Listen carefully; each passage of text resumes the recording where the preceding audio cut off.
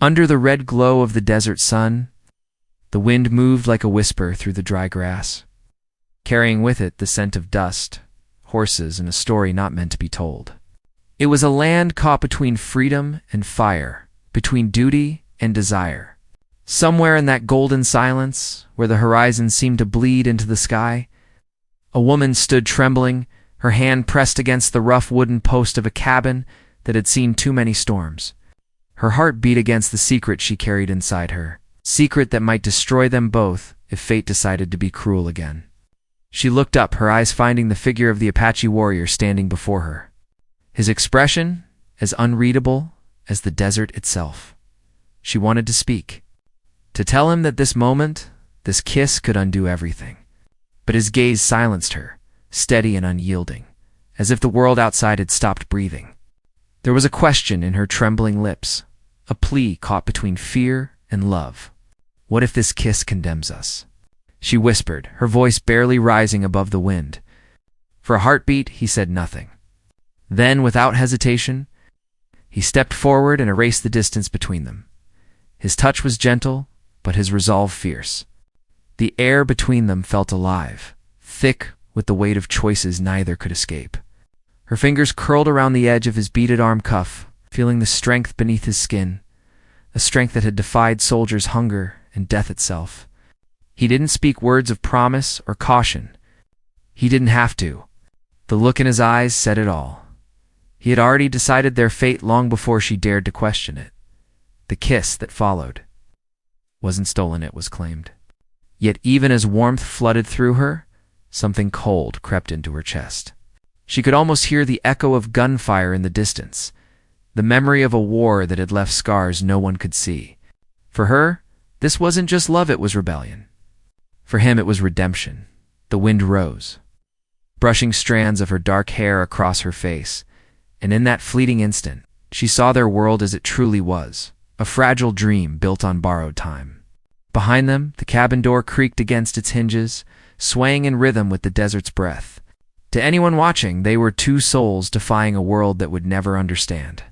But deep down, she knew that love born of such defiance could not stay hidden for long. The Apache warrior had once sworn never to look back.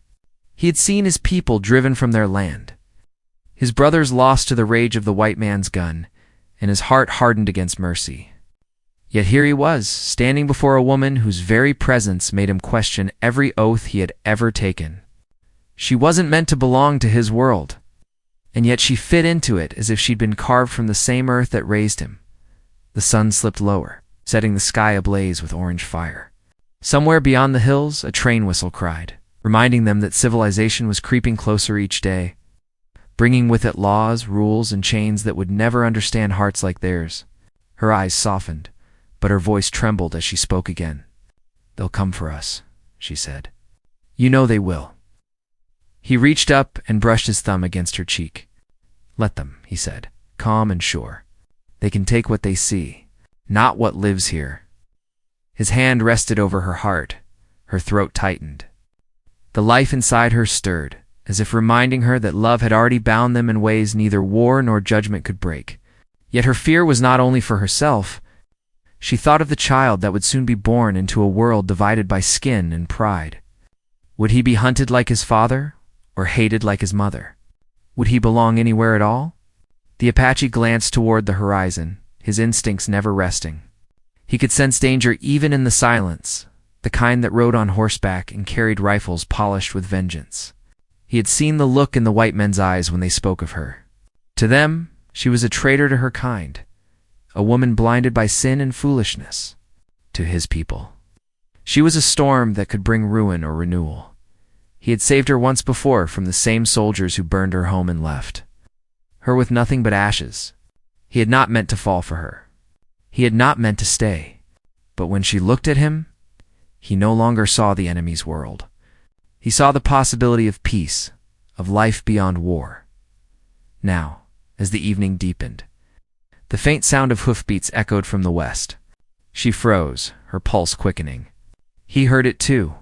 One hand instinctively moved to the knife at his side, his body tense and ready. The horse beside them neighed softly, sensing the shift in the air. She gripped his arm. "You can't fight them again," she said. "Not because of me." He looked at her with something close to sorrow. "You think this is just about you?" he asked quietly. "You became my reason to fight." Her breath caught. The words burned into her heart, but before she could answer, the sound of the riders grew louder. Dust rose beyond the ridge, and the setting sun painted it red like blood in the distance. He turned to her then, his hand cupping her face one last time. "Go inside," he ordered softly. She shook her head, eyes glistening. "I won't leave you. You must," he said firmly, his gaze unyielding. "If they see you with me, there will be no mercy for either of you."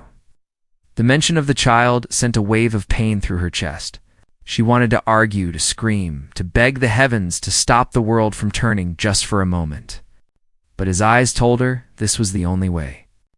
With trembling hands, she reached up and pressed her lips to his one last time a kiss that tasted of tears, of dust and of destiny. When they parted, the silence between them was louder than the wind. He turned toward the approaching riders, the weight of his fate clear in his every step. She stood frozen by the cabin, her heart breaking with each breath.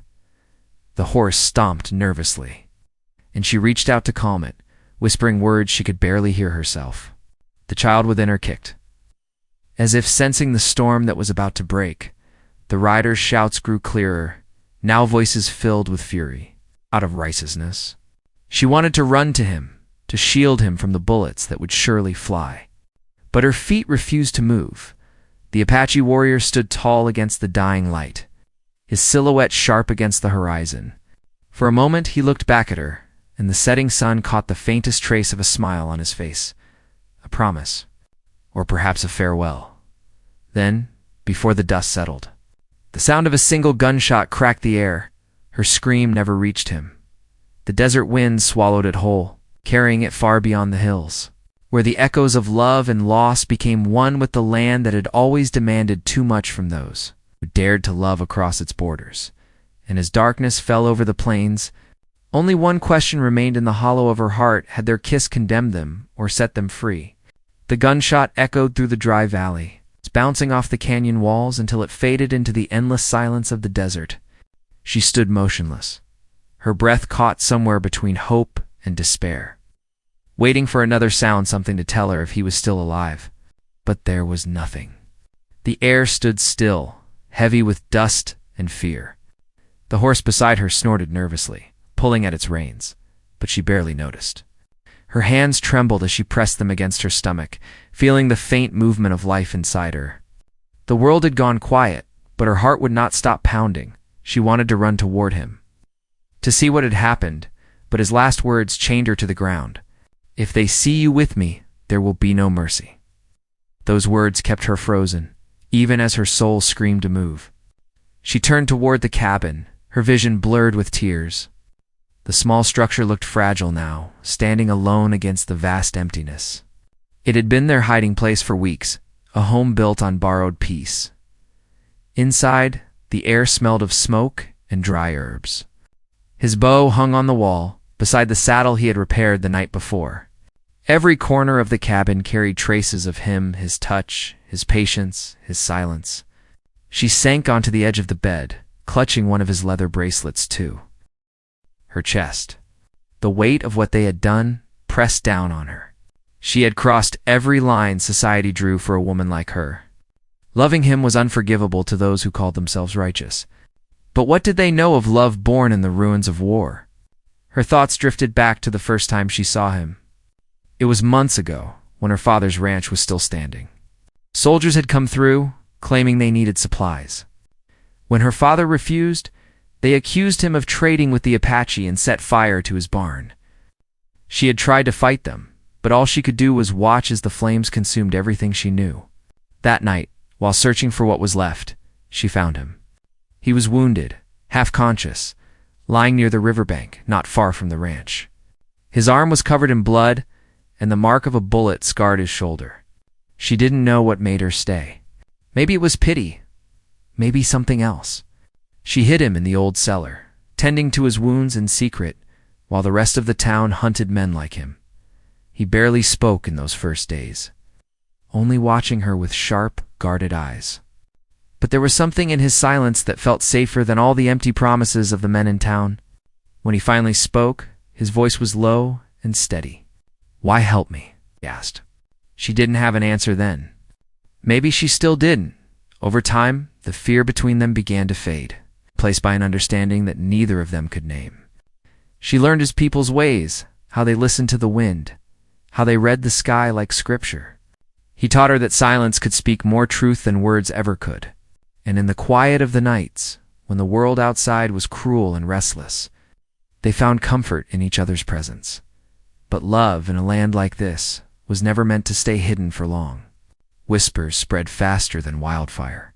A woman seen gathering herbs by the river where no one dared to go. A shadow moving near her cabin at night. The townsfolk began to talk, their voices sharp and poisonous. When her father was killed in a skirmish weeks later, they blamed the Apache, and some began to suspect her loyalty. She had to leave before they came for her too. He found her again after that, wandering near the canyon, broken and alone. He didn't ask why she was there. He just took her hand and led her back to safety.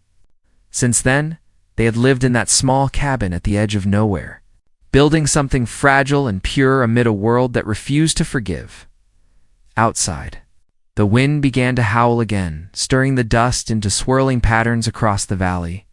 She stood and walked to the window, her heart sinking at the sight of the distant glow of torches. The riders hadn't left. They were searching. Every second that passed brought them closer. She knew what they would do if they found her here. To them, she wasn't just a sinner. She was a traitor. Her mind raced as she gathered what little she could carry. Dried food, a blanket, a small pouch of coins her father had once given her. She wanted to leave, to run before dawn, but something inside her refused to abandon him. She didn't know if he was alive or dead, but she couldn't leave without knowing.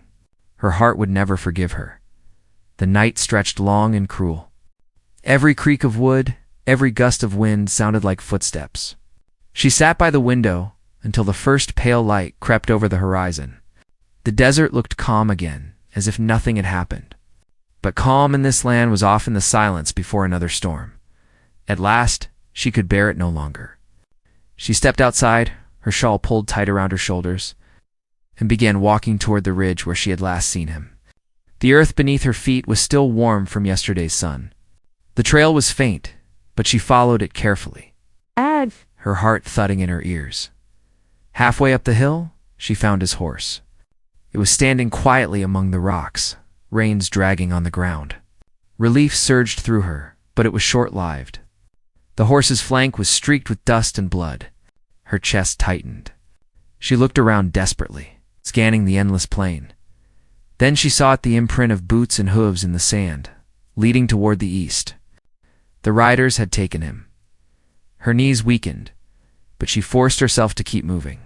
She followed the tracks until the sun rose high, burning against her back. Every mile felt heavier than the last. She could hear his voice in her head, warning her not to come after him, but she couldn't stop. She owed him her life and their child's. By midday, she reached the old fort ruins. The place had been abandoned for years, used now only by passing soldiers and outlaws. The walls were crumbling, the air thick with the scent of gunpowder and decay. She crept along the edge, her breath shallow, listening. From inside, she heard voices. Rough, angry, filled with the kind of hatred she knew too well. "We'll make an example of him," one man said.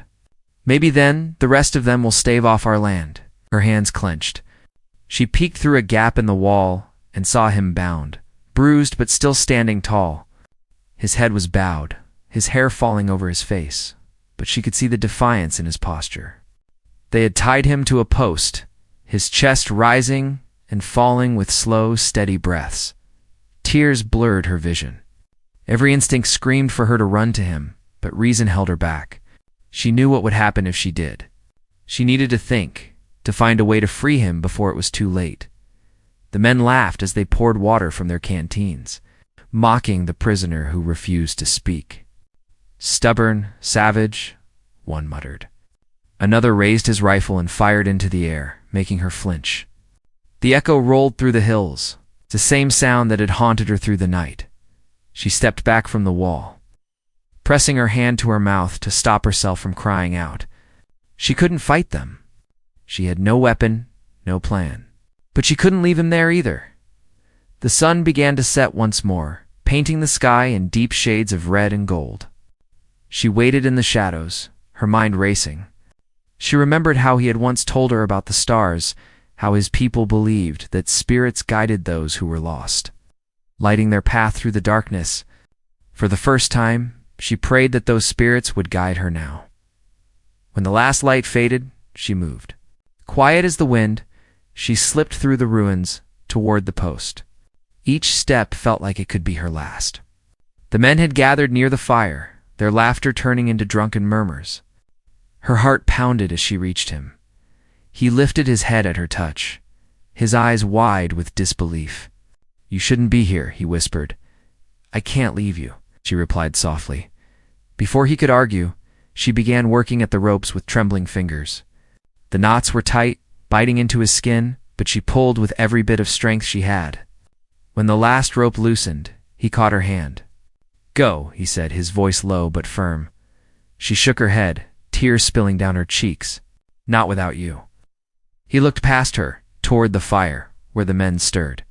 "Then we run," he said. And as they slipped into the night, the desert swallowed them once again. Holding its breath for what was yet to come, night swallowed them as they ran from the ruined fort.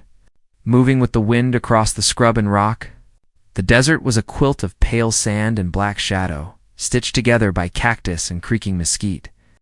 She kept one hand at her belly and the other caught in his, letting him guide her around the thorn and the slick stone. Behind them, the firelight flickered like angry eyes. A drunken shout rose, then another. Someone had found the loosened ropes. The hunt would start again. He led her into a dry wash where the walls hid the moonlight. They crouched behind a fallen tree, breath burning in their throats. He listened. He always listened first. She could see how his chest rose and fell slow and steady even now. He touched the ground with 2 fingers and then raised them to his ear. Horses. Not close yet, but moving fast. She waited for panic to take her, but something else came instead. Focus. If fear won, their child lost. She could not let that happen. He pointed east. A line of hills rimmed the horizon. Beyond them lay his people's winter camp, or what remained of it. He had told her the camp shifted with the seasons, skirting soldiers and broken treaties, now holding on to the last threads of a life older than the railroad. If they reached those hills, there would be eyes to warn them, hands to help them hide. But the way ran straight through a basin bright as a stage under the moon. They moved again, low and quick. The ground was uneven, spotted with rabbit burrows and shards of flint. Coyotes sang somewhere to the north. She thought of the first time she had heard that sound, how lonely it had felt. Now it sounded like a warning and a prayer together. Her feet ached, her back ached, and her heart carried too many hopes at once, but she did not slow. Every time she tripped, he steadied her and did not complain. When they reached a clump of brittle sage, he paused and pressed a water skin to her lips. The water tasted like tin and mercy. On the ridge above, a match flared. She flinched. He pulled her close and tilted her face into his shoulder. The match died, but she knew then that this was no blind search. Someone out there knew how to track. Not every rider was a drunk from town. Some were patient. Some were paid. The truth of that payment was forming far away at the same time. In a peeling office near the river. A man wrapped in a deputy's coat argued with the storekeeper, who stood to gain from the hunt. The deputy was young, his face still more boy than lawman, and he stared at the bounty notice pinned to the wall as if it carried poison. The notice promised silver coin for an Apache renegade and for anyone aiding and abetting. The ink was still wet. The storekeeper tapped the paper with a thick finger and said it was about order, property, and justice. The deputy heard another word unsaid: greed. He had seen what men did for money when the dust blew thin. He thought of the woman who used to buy flour and matches with her father, back when the ranch still stood. She had not come into town for weeks. His throat tightened with the memory of her kindness, and with the shame of knowing where the posse had ridden. He signed the log and left, the clatter of the saloon and the clang of the blacksmith ringing like judgment. He walked toward the stable, saddling his tired gelding. He told himself he was going to look for truth, not for trouble. But the desert often made those the same thing. Back in the wash. The couple reached the open basin just as moonlight climbed the sky. The Apache bent to study the ground again. He drew marks with the edge of his hand, mapping the safest line, then smoothed them away. When he rose, he took the knife from his belt and pressed it into her palm. She tried to refuse, but he curled her fingers around the handle. If the riders caught them both, he would not be able to protect her and the child at once. She shook her head hard and whispered that she would not use it unless she had to. He looked at her for a long second that held 1,000 unspoken things. Then he nodded and started down, and she followed. They crossed the basin in a wide curve. Staying close to the shadows thrown by rock spurs, halfway across, a horse screamed. Riders spilled over the far rim like wolves on a ridge. She and the Apache dropped flat. The posse split. 2 men rode down the center, torches held high. 3 more skirted the outer edges to cut off escape. The Apache slid to the right, pulling her with him, and they squeezed beneath a rock lip so narrow that her shoulders scraped. The men in the middle passed within 30 paces. The firelight licked the rock above her, and she could hear the horses breathing. A rider laughed and said the desert would keep the woman's secret forever once they found her. Another said there was no secret that could not be dragged into daylight by fear. The Apache's hand tightened around hers. He knew those voices. She did too, though she had tried to forget them. A rancher who had sworn friendship with her father. A preacher who had blessed her mother's grave. The desert did not breed enemies alone. Sometimes the enemies were made in church pews and on porch steps. When the riders passed, the couple crawled farther along the ledge, moving inch by inch until the shadows swallowed them. The Apache found a narrow goat track and led her up to a line of low pines that smelled of sap and early frost. There they rested chest to chest, while he listened again. The horses were circling back. They would make passes all night. He studied the stars and chose a direction. A spring lay to the south where the water rose cold from the rock. They could drink there and erase their scent in the stream before turning toward the hills. He touched her belly and murmured that the child would need water too. She nodded, trying not to cry. Every time he spoke about the child, hope pulled at her like gentle hands. They reached the spring at dawn. It was a bowl of dark stone tucked behind a stand of willows. He filled the skin twice and washed the dust from her face with careful fingers. The cold stung, but it felt like waking. Birds chattered from the willows, and for a brief moment, the world seemed almost kind. She leaned into him and he held her, his chin resting in her hair. He spoke then of his mother who had taught him the songs for newborns. He said there was one for calling courage into tiny lungs, and one for asking the night to keep its silence around the cradle. She asked him to sing. He did not yet. Not until they were safe. Their safety, however, grew thinner with each hour. As the sun climbed, smoke smudged the sky from the west. A patrol or a brush fire. Either way, smoke drew eyes. He decided to move again, choosing a path through a cut of black rock that cooled their steps and hid their trail. The rock opened into a narrow valley, dotted with yucca spikes and skeletons of old wagons. A stage route had once crossed here before the railroad pulled the road away. She touched a broken wheel and thought of all the travelers who had chased hope across this dry sea. Each one believing in the word future as if it were a prize won by the brave. She had once believed that too. Now she believed in smaller things. A mouthful of water, a hand she trusted. The next safe place to sleep, the valley lifted toward the hills, and with it lifted their chances. But the land had a cruel sense of humor. Near the mouth of a shallow cave, they found signs of someone else. Boot prints. A circle of stones where a fire had burned recently. A cloth scrap caught on a thorn. The Apache crouched and studied the ash. Warm still. He beckoned her back into the brush, and they waited. Soon footsteps approached. Not the heavy certainty of armed riders, but the uneven shuffle of a single man. A shape appeared, tall and thin, shoulders bent beneath a pack. He walked like a shadow and looked half-starved. The Apache watched, hand hovering near the bough he had scavenged from the cabin weeks ago. The stranger reached the firing, sighed, and crouched as if the ground itself could rest him. He put down the pack and drew out a tin cup and a few cracked biscuits. When he broke one, his hands shook. The woman whispered that he looked like a miner or a drifted scout. The Apache nodded once. Hunger can make good men dangerous and dangerous men desperate. But when the stranger began to hum a lullaby under his breath, the woman's heart turned. She stepped out of the brush before the Apache could stop her. The stranger jumped to his feet. He looked at her, then at the shadow where the Apache waited, and lifted both hands.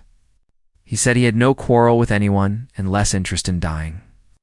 She said they wanted only to pass. He squinted at her belly and then at her face. He said he had heard talk in town of a woman and an Apache, and that men were betting on how long it would take to catch them. He said there was a deputy who looked sick at the talk. He admitted he had taken money before to guide men into the hills, but that he would not do it today. He took a few steps back, as if giving them room to breathe, told them there was a side trail behind the cave that would take them to a shallow draw, and to an old mission where the walls still stood. The mission had a well. Water would keep a person alive long enough to find courage again. The Apache emerged slowly, measuring the stranger's eyes. He asked why the man would help. The stranger gave a thin smile and tapped his chest. Men do wrong for coin, he said. Some of us choke on it later. He added that a bounty hunter had joined the posse at dawn. Not a farmer with a borrowed rifle, but a real tracker who did not miss signs. He wore a coat with the cuffs turned up and a hat with a crow feather in the band, and he carried a rope. The stranger had seen him once on the border and did not want to see him again. They took the side trail as the stranger advised. Gratitude warmed them for a few minutes, but fear cooled it quickly.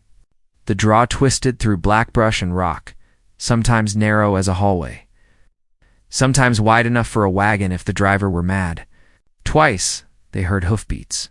Twice they faded into the brush and held their breath while dust drifted past. By afternoon they spotted the mission. Its roof was gone, but 3 walls still stood, whitewashed under centuries of sun. The bell tower was broken, its bronze heart long since stolen. Inside the courtyard, a cluster of prickly pears leaned toward a square hole with a low stone lip.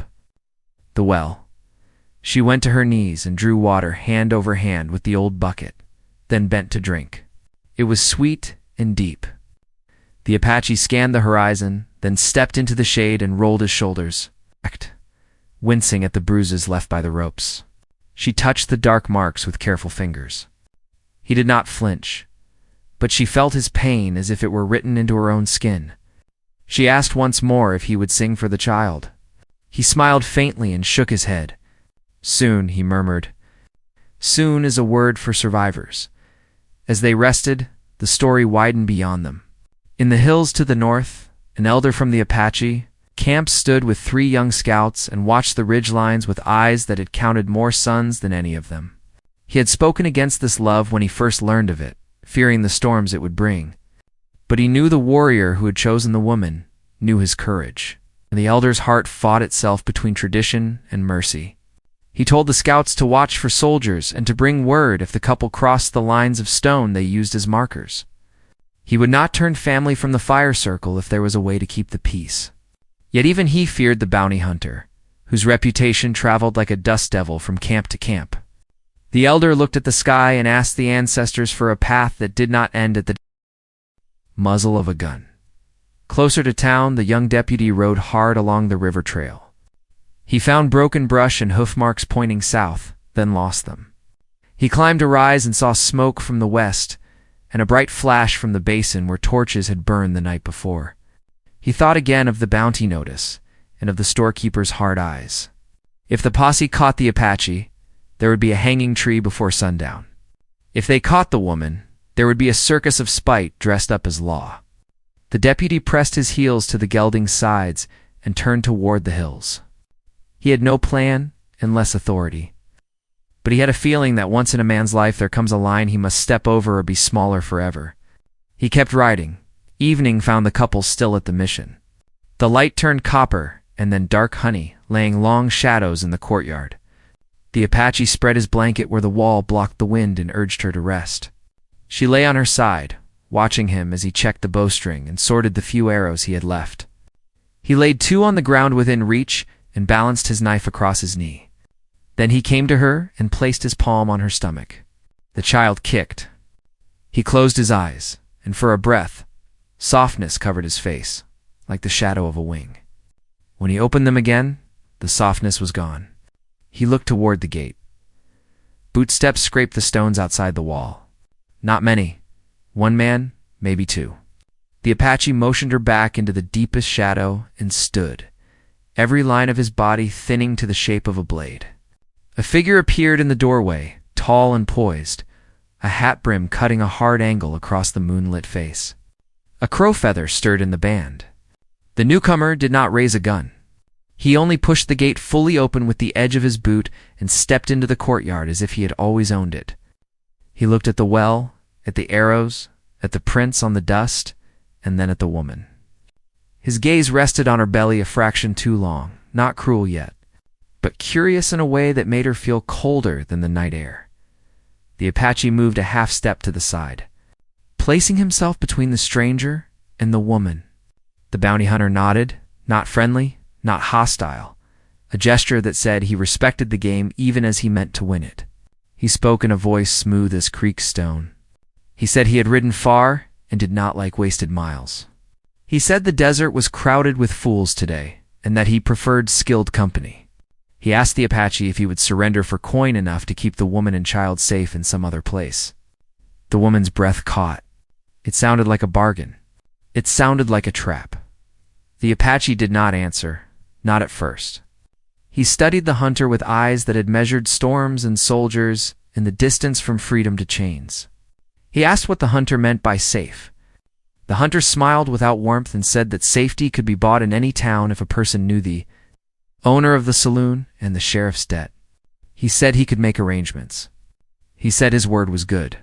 He stood with his hands away from his gun, as if peace were his business and killing only a dull habit. From high on the ridge, the young deputy reined his horse and looked down at the mission. He had followed the faint line of tracks and a glint off a metal buckle. He saw the open gate and the stillness inside the courtyard.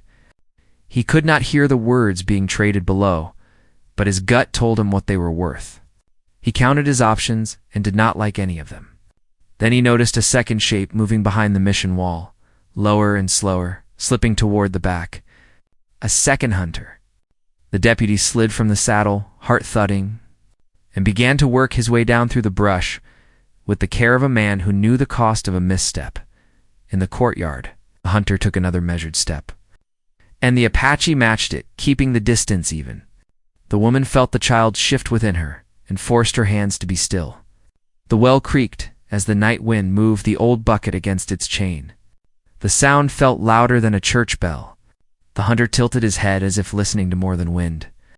For a moment, no one moved at all. Far off, coyotes began to sing again. The desert took a long breath, and just before the silence broke, the woman felt, more than heard, a presence at the back of the wall, something sliding closer through the dust where no one had stood a moment ago. She opened her mouth to warn the man she loved.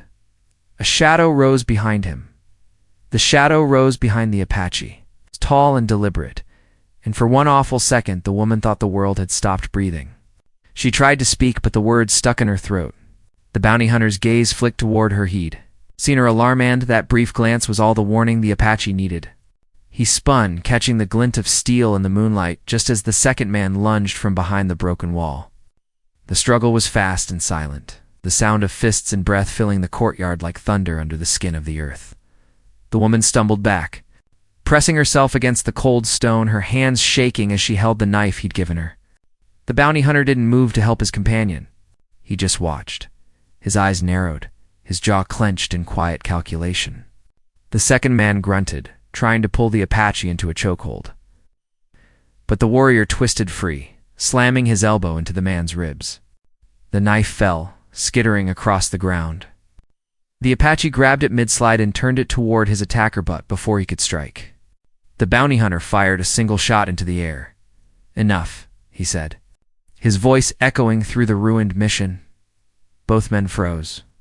The smoke from the gun curled upward like a warning. The Apache's knife hovered inches from the other man's throat, his breath coming hard and fast.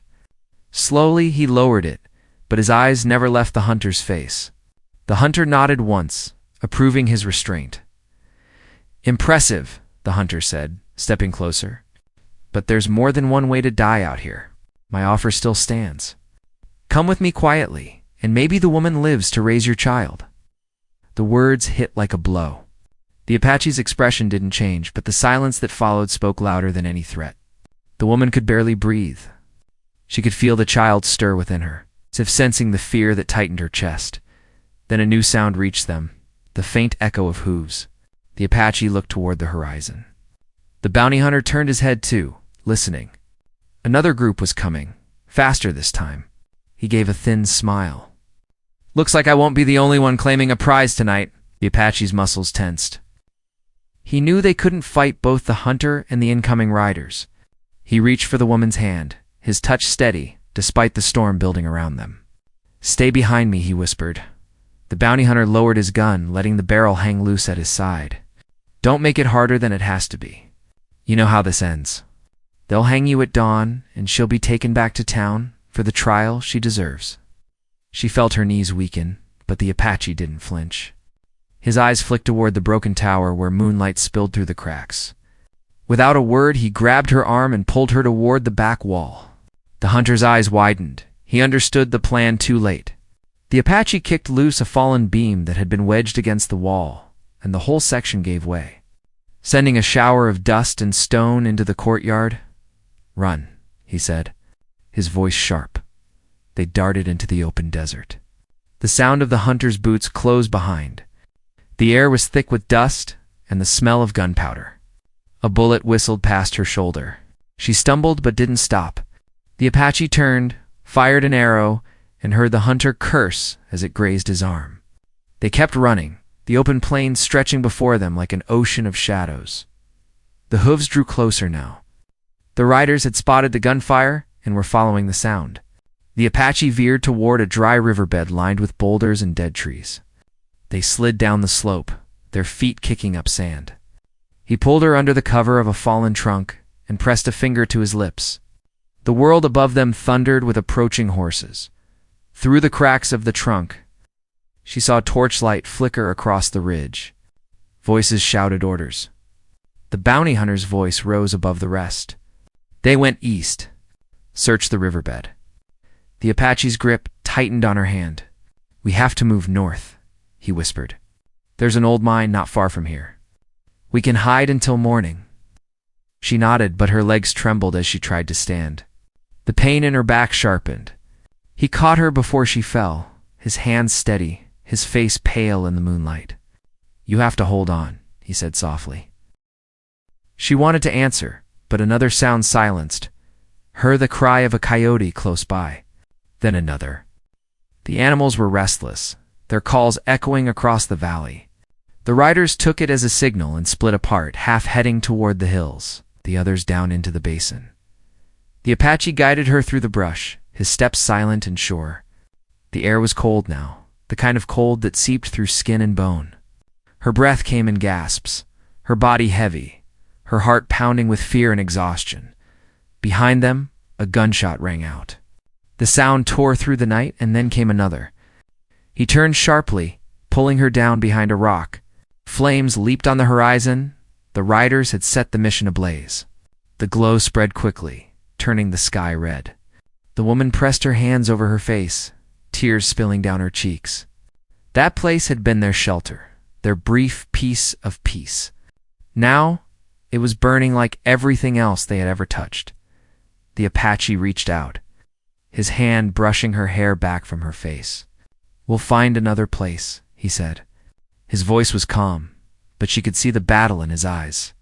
He was tired, too tired of running, tired of losing, but he refused to show it. They kept moving through the night.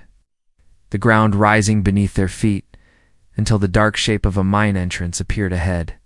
The air smelled of iron and dust. He led her inside, where the walls closed around them like a secret. It was quiet there, too quiet. The only sound was their breathing and the faint drip of water deeper in the tunnel. He lit a small lantern he'd carried in his pack, its flickering light casting long trembling shadows. She sank against the wall, holding her belly, her face pale. He crouched beside her. "You're safe for now," he whispered. But even as he said it, he knew the words were fragile. Above ground? The bounty hunter and the riders had stopped at the riverbed. The deputy among them dismounted, his eyes scanning the tracks. He could tell which prints were fresh, where the sand had shifted. He followed them quietly, his hand resting on his holster. The hunter glanced at him and smirked. "Didn't think you had the stomach for this, boy?" "Not here for the coin," the deputy said. "I'm here to make sure no one dies for nothing." The hunter laughed softly. "Out here, no one dies for nothing. They just die slower." Back in the mine, the woman stirred, her breathing uneven. The Apache looked up sharply. Sweat beaded her forehead. He knew that the pain was coming sooner than it should. He grabbed her hand, his heart pounding. "Not now," he whispered. "Please, not now." Her eyes fluttered open. "It's too late," she said weakly. He swallowed hard, torn between fear and determination. Outside, thunder rumbled not from the sky, but from hooves. The riders were close again. He stood, grabbing his bow, and moved to the entrance. From there, he could see torchlight flickering against the rocks.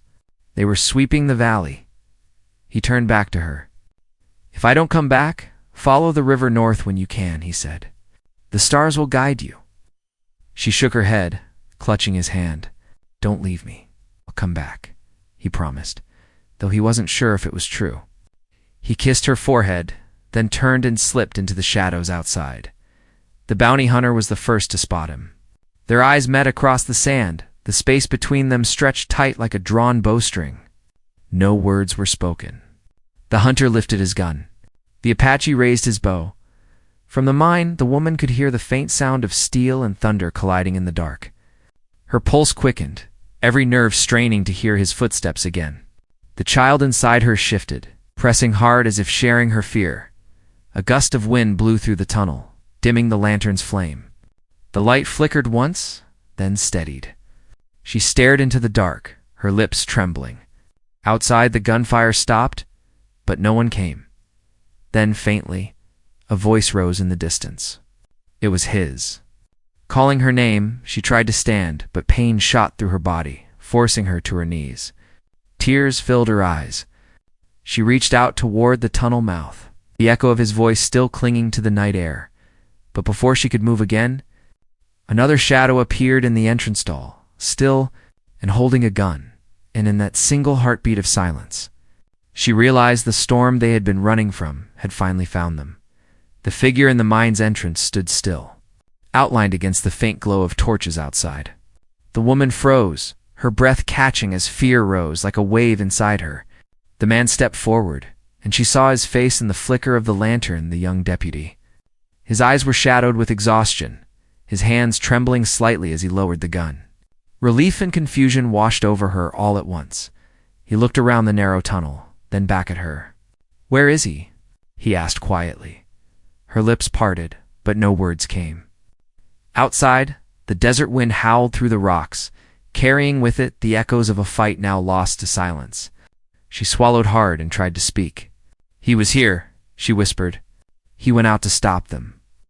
The deputy took a slow step closer, his boots scraping the stone floor. His face softened when he saw the pain etched into hers, the way she clutched her stomach, the sweat on her brow. "You're in no condition to move," he said, glancing toward the entrance. "They'll find you if we don't go now." She shook her head weakly. "I can't leave him." The deputy hesitated, torn between duty and conscience. Finally, he sighed and stepped back to the mouth of the tunnel, peering into the night. The firelight from the burning mission still flickered on the horizon. No shapes moved now, no gunfire cracked the silence. He listened for any sign, any breath, any voice, but the wind answered instead. Then he saw something, just a flicker at first. A shadow shifting behind a boulder near the riverbed. The movement was slow, unsteady. He ran toward it, his boots sinking in the soft sand. When he reached the spot, he stopped. The Apache lay there, one hand pressed against his side, blood seeping through the cloth. His bow was broken beside him, his knife buried in the ground a few feet away. But his eyes were open, watching the stars as if they held the answer to a question he had carried all his life. The deputy knelt beside him. "You need help," he said quickly. The Apache's lips curved into a faint, tired smile. "Help her," he murmured. "The woman. She's safe," the deputy said, though even he wasn't sure if safety existed anymore. "You've saved her." The Apache's gaze drifted toward the mine. He nodded once, slow and deliberate. "Then it's enough." The deputy pressed his hand against the wound, trying to stop the bleeding. "Don't you quit now. You can still make it." But the warrior's breath was fading, his strength slipping away like sand through fingers. The deputy felt a strange ache in his chest, not for law or duty, but for something deeper, for the courage of a man he'd been told was his enemy. When the Apache finally closed his eyes, the deputy sat there for a long moment, staring at the sky that stretched endlessly above them both. Then he stood, taking the warrior's bow and the small beaded band from his wrist. He turned toward the mine and walked back. Inside, the woman was barely conscious. The pain had grown stronger, her body trembling with each wave. The deputy knelt beside her, setting down the bow and the bracelet. She recognized them instantly, her breath catching in her throat. Her eyes filled with tears, but she didn't ask. She already knew. "He fought for you," the deputy said softly. "He didn't let them take you." She closed her eyes, pressing the bracelet against her heart. "He promised he'd come back." "He did," the deputy said. "Just not the way you hoped." Outside, the wind carried the first light of dawn over the desert. The fire on the horizon had burned out, leaving behind only smoke and silence. The deputy helped her to lie back on the blanket, his voice steady but gentle. "You need to stay alive for that child," he said. Hours passed in slow agony. The sun climbed higher, spilling gold into the mine's mouth. Her cries echoed softly, fading into the rhythm of the desert's breath. When it was finally over, the sound of a newborn's first cry filled the darkness, a fragile, trembling sound that seemed to bring life back into the world. The deputy smiled faintly, relief breaking through the dust and sorrow. He wrapped the baby carefully in a cloth and handed the child to her. She held the tiny bundle close, her fingers brushing the baby's dark hair. "He has his father's eyes," she whispered, tears tracing her dirt-streaked cheeks. The deputy leaned against the wall, exhaustion catching up with him. "You can't stay here," he said after a while. "When the others realize what happened, they'll come again. You'll need to move north. There's a settlement near the mountains, they'll take you in." She nodded weakly, still staring at the child in her arms. "I don't want him growing up with hate," she said. "I don't want him to carry our pain." The deputy's gaze softened. "Then teach him the truth. Tell him his father was a brave man, not a criminal. Tell him love can be stronger than fear." She looked up at him, her eyes shining in the faint light. "Will they believe it?" He hesitated, then shook his head. "Maybe not today. But one day, stories like yours will matter." They rested there until evening, the air cooling as shadows returned to the valley. When the stars came out, she wrapped the baby close and stood with unsteady legs. The deputy helped her out of the mine, guiding her toward the ridge where the land opened wide and free. From there, she could see the mountains in the distance, blue and endless beneath the fading light at the riverbank. She stopped. The Apache still lay there, peaceful under the stars.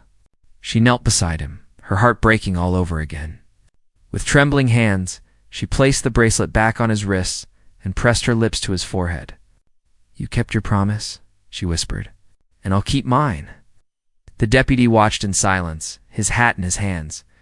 When she stood, he asked quietly, "What will you name the boy?"